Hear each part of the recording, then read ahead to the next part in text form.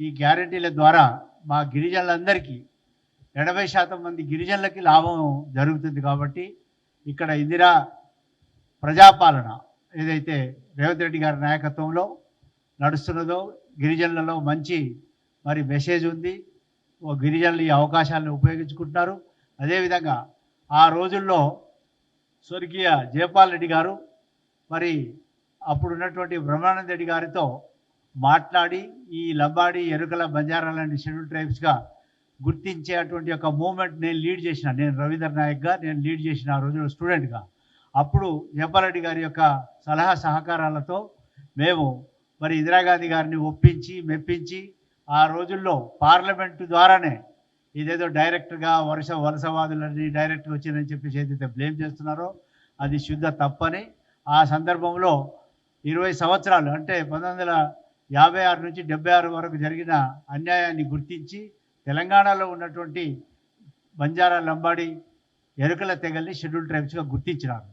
So అందుకని తదుపరి తెలంగాణ ఇచ్చినటువంటి సోనియా గాంధీ గారు వారి దయ వల్ల 6% రిజర్వేషన్, సమైక్యాంధ్రలో 6% రిజర్వేషన్ ఉండే గిరిజనులకి వారు సోనియా గాంధీ గారు మన ఇక్కడి త్యాగాలను చూసి వారు చలించి తెలంగాణ ఇచ్చినందుకు మాకు 10% రిజర్వేషన్లు ఈరోజు ముఖ్యమంత్రి రేవంత్ రెడ్డి గారు ఆ రోజు పార్లమెంట్ మెంబర్గా ఉన్నప్పుడు ఆ ఫైల్ పెండింగ్లో ఉండే, ఏది రిజర్వేషన్లు పెంచి పెండింగ్ గత ప్రభుత్వంలో, ఆ ఫైల్లో పెండింగ్లో ఉన్న ఫైల్ని బయటికి తీసి దాని ద్వారా నేను కోర్టుకు పోవడం జరిగింది.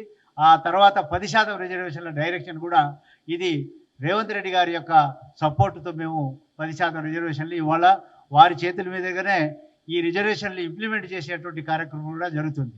అదే రకంగా గిరిజన ప్రాంతాల్లో గూడాలలో ఉన్నటువంటి 6000 పాఠశాలలను మూసేసింది గత టీఆర్ఎస్ ప్రభుత్వం. వాటిని పునరుద్ధరించడానికి కూడా ఈ ప్రభుత్వం ఈరోజు చాలా అన్ని కార్యక్రమాలు తీసుకుంటూ ముందుకు వస్తుంది. కాబట్టి ఇక్కడ నిన్న ఏదో గిరిజనులకు కాంగ్రెస్ ప్రభుత్వం అన్యాయం చేసిందని కొంతమంది ఇందిరా పార్క్ దగ్గర ధర్నా చేసినారు.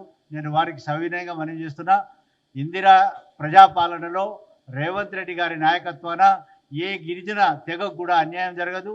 వారు సమంగా అందరికీ అవకాశాలు కల్పించి ఏదైనా లోటుపాట్లుంటే వాటిని సరిదిద్దడానికి కూడా వారు సిద్ధంగా ఉన్నారు. కాబట్టి గిరిజన తెగలలో ఏ తెగ కూడా భయపడవద్దని చెప్పేసి నేను ఈ సందర్భంగా మనవి చేస్తున్నా. దానికి సమాధానంగా ఈరోజు మాకు లభించవలసినటువంటి రిజర్వేషన్లు ఏవైతే ఉన్నాయో ఇంకా మిగిలి ఉన్నాయి. ఏ తెగకైనా అన్యాయం జరిగి ఉంటే ఆ మిగిలిన రిజర్వేషన్లలో వాళ్ళకి స్పెషల్ న్యూమరరీ పోస్టులు కానీ స్పెషల్ న్యూమరరీ సీట్లు ఇచ్చి ఆ తెగలను సంతృప్తి పరచవచ్చు, వారి హక్కులు ఇవ్వచ్చు. కాబట్టి ఏ తెగ కూడా మాకు అన్యాయం జరిగిందని చెప్పేసి ఇంకో తెగ మీద కోపాన్ని తెచ్చుకోవద్దని, వాళ్ళ మీద వాళ్ళను ఏదో విధంగా వీళ్ళు ఆయాచితంగా ఎస్టీలు అయినారని చెప్పేసి విధానాన్ని మానుకోవాలని చెప్పేసి ఈ సందర్భంగా వాళ్ళందరినీ నేను కోరుకుంటున్నాను. కాబట్టి రేపటి ఈ యొక్క శ్రద్ధాంజలి కార్యక్రమం, రేపటి ఈ పుష్పాంజలి కార్యక్రమం, రేపటి ఈ యొక్క జ్యోతి వెలిగించే కార్యక్రమానికి ప్రతి ఒక్కరూ గిరిజనులకు ఎవరైతే అవకాశాలను పొందుతున్నారో వాళ్ళంతా రేపు వచ్చి ఇందిరాగాంధీ గారికి పుష్పాంజలి సమర్పించాలని చెప్పేసి కూడా పుష్పమాల్యార్పణ సమర్పించాలని కూడా నేను ఈ సందర్భంగా అందరికీ మనవి చేస్తున్నాను. ఈ కార్యక్రమానికి స్పీకర్ గారు, అదేవిధంగా మన ప్రదేశ్ అధ్యక్షులు, అదేవిధంగా మా గిరిజనుల ఎమ్మెల్యేలందరూ, అదేవిధంగా వెంకటస్వామి గారు, వివేక్ వెంకటస్వామి మంత్రి గారు కూడా ఈ సభలో పాల్గొంటున్నారు. కాబట్టి ప్రతి ఒక్కరూ పాల్గొనాలని మా డిప్యూటీ స్పీకర్ రామచంద్ర నాయక్, అదేవిధంగా మా ఎంపీ బలరాం నాయక్ గారు కూడా ఈ సభలో పాల్గొంటున్నారు. కాబట్టి ఈ యొక్క కార్యక్రమంలో పాల్గొంటున్నారు. కాబట్టి ప్రతి ఒక్కరూ పాల్గొనాలని మరొకసారి మనవి చేస్తున్నా. ఇప్పుడు నాతో ఇక్కడ ఈ కార్యక్రమంలో పార్టిసిపేట్ చేస్తున్నటువంటి బంజారా భారత్ జాతీయ చైర్మన్ డాక్టర్ జగన్ నాయక్ గారు, అదేవిధంగా senior tribal activist Shri Bhona Nayak గారు పార్టిసిపేట్ చేసినారు. ఆ రోజుల్లో శ్రీమతి ఇందిరాగాంధీ గారు ఈ తెగల్ని షెడ్యూల్ ట్రైబ్గా గుర్తించినారు పార్లమెంట్ యాక్ట్ ద్వారా. Act number 108 of 1976.